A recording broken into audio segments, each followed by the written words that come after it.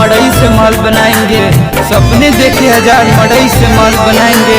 अब तो तुम दूर चली गई, तू ही बता किसे चांद पर ले जाएंगे, तू ही बता किसे चांद पर ले जाएंगे।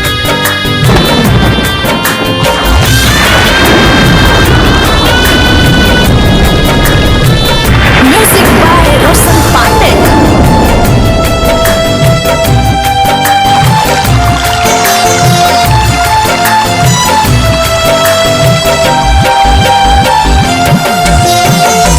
छोड़ी के गईली हमके लागे न मनवा,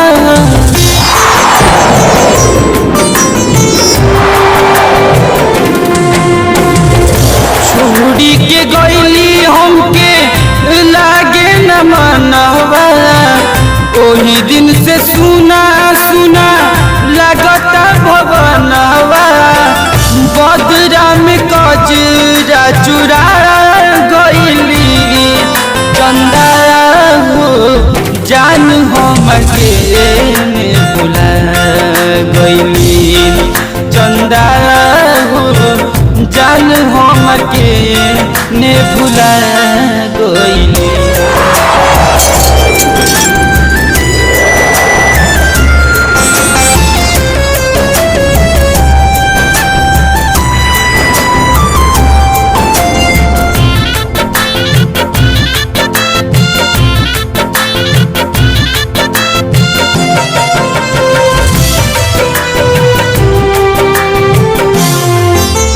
हंस हंस के कुल खेलल खाइल आवे जइया जो, बिखर गइल मोर सपना हम तो हो गइनी बर्बाद।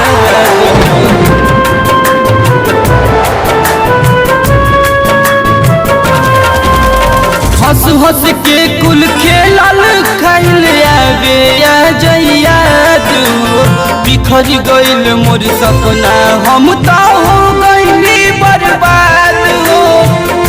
नजरा नजर नहीं आवे को दीना, अखिया से निंदिया मोर छिना गइल रोजाना।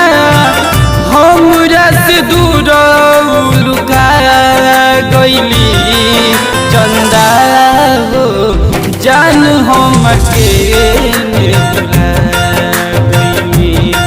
चंदा हो जान हमके ने भुला गइली।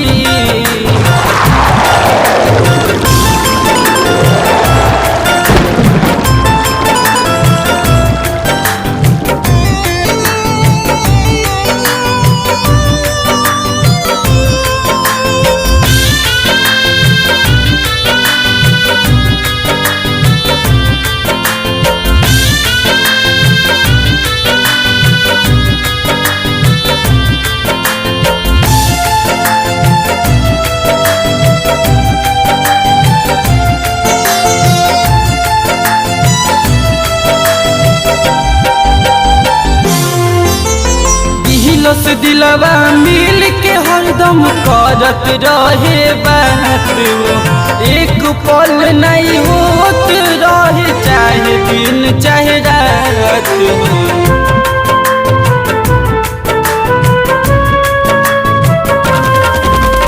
दिल से दिलवा मिल के हरदम करत रहे बात, एक पल नहीं होत रहे चाहे दिन चाहे रात हो।